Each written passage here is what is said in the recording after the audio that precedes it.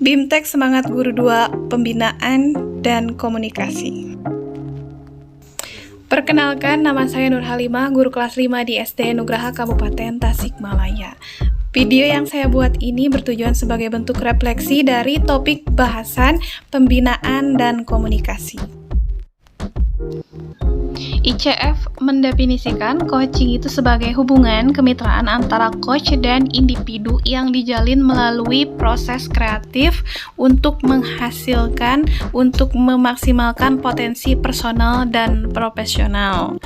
Nah, adapun pada konteks pendidikan, metode coaching itu melengkapi fasilitasi yang awalnya hanya bertujuan untuk perubahan tingkah laku saja.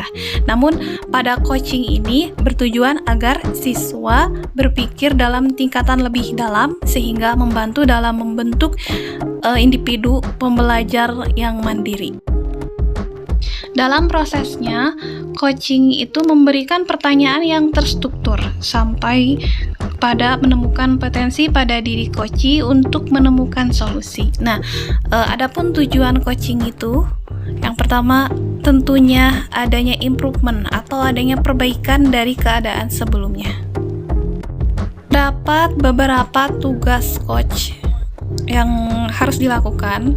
Yang pertama tentunya memberikan pertanyaan yang terstruktur.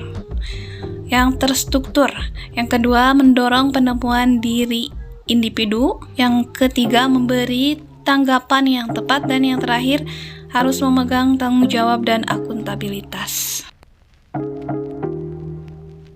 Dalam pelaksanaannya, seorang coach haruslah menerapkan 5 prinsip yang berasal dari Erikson Principle, bahwa setiap orang itu pada hakikatnya baik, selalu ada perubahan yang lebih baik, kemudian setiap orang punya niat baik, setiap orang mengambil keputusan terbaik, dan setiap orang mempunyai sumber daya atau potensinya.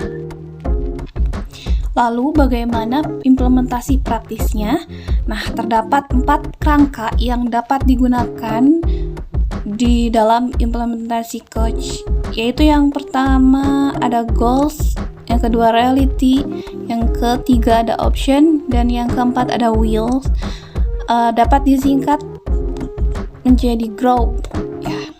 Untuk goals, yang artinya itu seorang coach harus menanyakan apa yang sebenarnya diinginkan oleh coachee. Yang kedua ada reality, yakni coach harus menanyakan kondisi realita yang dirasakan saat itu. Kemudian yang ketiga ada option, di mana seorang coach haruslah menanyakan apa saja potensi yang dimiliki untuk menciptakan atau menemukan solusi. Kemudian yang terakhir ada wills, yakni seorang coach harus menanyakan seberapa komitmen dalam mengurai rencana aksi nyata.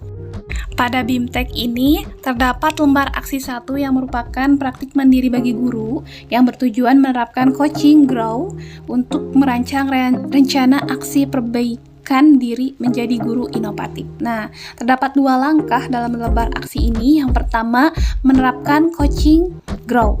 Yang kedua, merancang rencana aksi perbaikan diri. Nah, sebelum kepada 2 langkah tadi, terdapat persiapan yang harus dilaksanakan. Tentunya dibutuhkan alat apa saja yang diperlukan, ruangannya harus nyaman, kemudian terdapat alat tulis, pulpen, kertas, kemudian adanya panduan dalam melakukan coaching, coaching. Selanjutnya, sikap untuk latihan. Yang diperlukan komitmen, merasa yakin bahwa tujuan Anda bisa tercapai. Kemudian haruslah percaya diri bahwa akan ada orang-orang di sekitar kita yang siap mendukung. Selanjutnya terdapat beberapa tips untuk para pengajar dalam menerapkan pembinaan dan komunikasi. Tentunya yang pertama, menerapkan 5 prinsip Erikson. Yang kedua, runut dalam memberikan pertanyaan sesuai dengan grow.